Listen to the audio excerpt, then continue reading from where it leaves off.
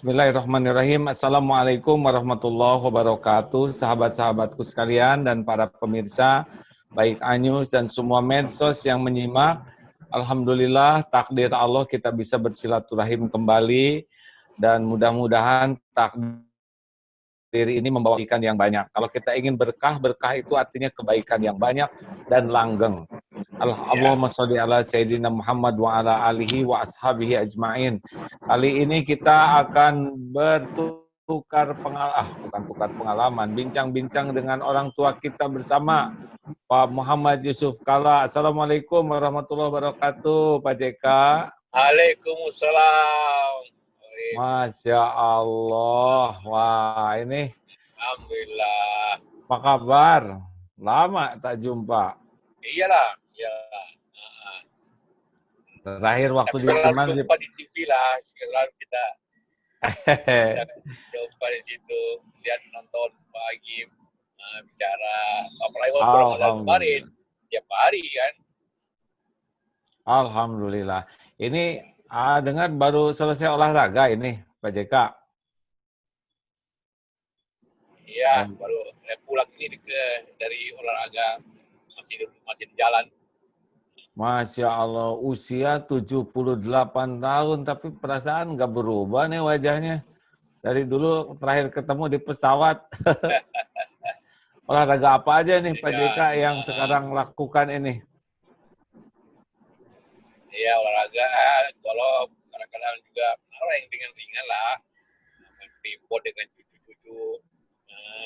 Jalan, berjalan, jogging. Yang ringan-ringan seumur saya lah. Waduh, 78 ya. Ini rutin. tapi Harus rutin. Harus rutin ya. Tapi lihat Pak JK siapa tuh yang dari Malaysia tuh, teman Bapak tuh? Siapa udah Pak Mahathir. Nah, kalau lihat Pak Mahathir jadi muda deh 78 ya. Wah, Mahathir 90 tahun. 94. Iya, luar biasa beliau ini.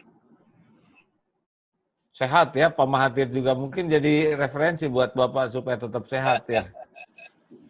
Iya. Ini dalam zaman COVID begini nih, gimana nih Pak menjaga kesehatan? Kan udah senior, udah rada rentan katanya. Ya, kalau COVID kan cuma dua hal yang dapat kita lakukan, yaitu menghindari, bukan itu tinggal di rumah, jaga jarak, pakai masker, kita itu kan menghindari. Ya. Yang kedua upaya kita ialah bagaimana kita melawan, mematikan virus itu dengan disinfektan. Cuma dua hal yang dapat kita lakukan. Satu menghindari, dan satunya mematikan dengan upaya itu. Jadi PJK dengan musim COVID ini lebih banyak di rumah gitu ya? Oh tidak, saya justru orang di rumah, saya tiap hari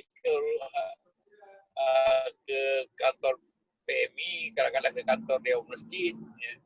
Karena kita relawan-relawan PMI, relawan Dewan Masjid bekerja keras untuk mengadakan sterilisasi gedung-gedung umum, sekolah, tempat ibadah, atau rumah-rumah masyarakat.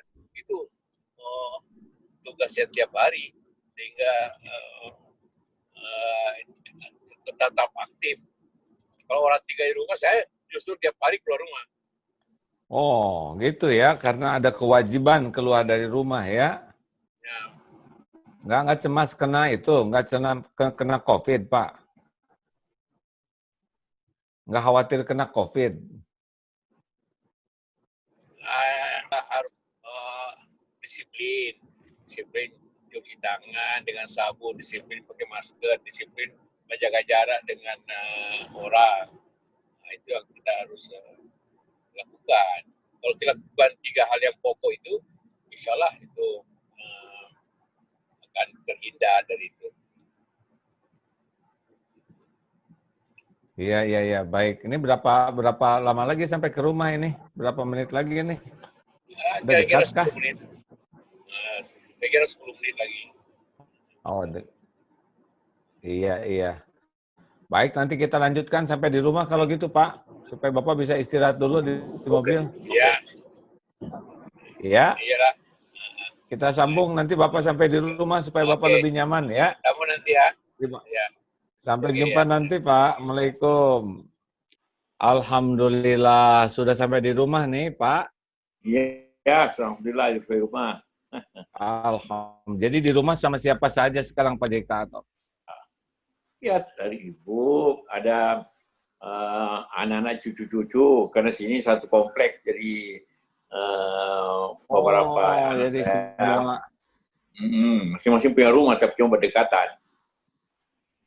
Wah, tapi lagi situasi begini tetap jaga jarak ya, karena Oh iya, orang tua harus dijaga betul ya. katanya. Pakai masker. Tapi kalau umumnya kita sudah cek tes swab itu alhamdulillah semua negatif. Semuanya sudah dicek swab itu Oh, ya. sudah 3 kali. 3 kali. Wah, Pak JK juga dicek terus ya kalau gitu ya. Iya. Alhamdulillah. Gimana Pak cara ngejaga kesehatan di usia 78 tahun ini? Ya, Apa resep-resepnya Pak JK kok? banyak orang Apa nanya. harus punya kumis gitu semua gitu? Pertama, nikmati kehidupan ini dengan ikhlas. Apapun Ikhlas yang kita ya. kerjakan, ya seperti juga kalau kemana-mana, walaupun dalam kondisi begini, dengan ikhlas jalankan. Kita juga begitu, bekerja melayani masyarakat dengan ikhlas, ya mengkoordinirkan sesuatu. Saya tiap hari keluar rumah, pergi di kantor PMI, pergi kantor DMI, mengatur acara dengan teman-teman sana. Ya situlah kehidupan ini kita jadi bukan menimpa, membantu orang itu suatu amal ibadah kan. Iya, jadi ikhlas. kuncinya ikhlas. Ikhlas itu kan lepas berharap kecuali hanya berharap keridhaan Allah. Katanya orang yang ikhlas itu menurut ilmunya akan bahagia dengan apa yang dia lakukan, akan kuat dengan apa yang dia lakukan dan akan istiqomah. Begitu katanya Pak. Jadi memang rahasianya kalau melakukan sesuatu ikhlas. Bapak kan udah oleh Allah ditakdirkan beberapa kali punya jabatan tuh Pak. Apa sih arti jabatan buat Pak JK Pak? Pernah cita-cita dari kecil mau jadi wapres atau gitu gimana Pak? Ya jabatan itu amanah, tapi yang paling penting apa yang dikerjakan dalam rangka diberikan Allah amanah itu, diberikan amanah oleh rakyat. Kita harus membuat sesuai dengan apa tugas-tugas. Kalau dilaksanakan begitu, maka insya Allah kita akan masyarakat bahagia, kita juga bahagia. Nah, sekarang contohnya di PMI, tugasnya ialah mengurangi kesulitan masyarakat. Orang yang bagaimana mencegah COVID itu, bagaimana membantu orang yang tidak punya masker, tidak punya sabun, kita bantu contohnya itu. Nah, itu kan juga suatu kebahagiaan. Jadi membagi kebahagiaan, membagi kemampuan yang mampu membantu yang tidak mampu, yang pintar membantu yang perlu sesuatu. Jadi jabatan itu amanah dimanapun asal kita bisa berkarya dengan ikhlas, kita akan merasakan bahagia gitu Pak ya? Iyalah, ya betul. Orang-orang yang tidak ikhlas, yang sibuk hanya dengan pangkat, jabatan, kedudukan, popularitas, dia tidak akan pernah menikmati apa yang dia lakukan. Nah Pak, kalau orang kan ada yang mengatakan post power syndrome, udah punya jabatan tinggi, kemudian sekarang tidak punya jabatan, kalau menurut Bapak bagaimana tuh? Ada terasa atau tidak gitu-gitu tuh Pak? Oh saya enggak. Itu biasanya power syndrome, post power syndrome apabila pada saat dia punya jabatan, dia dengan bangga atau dengan mempergunakan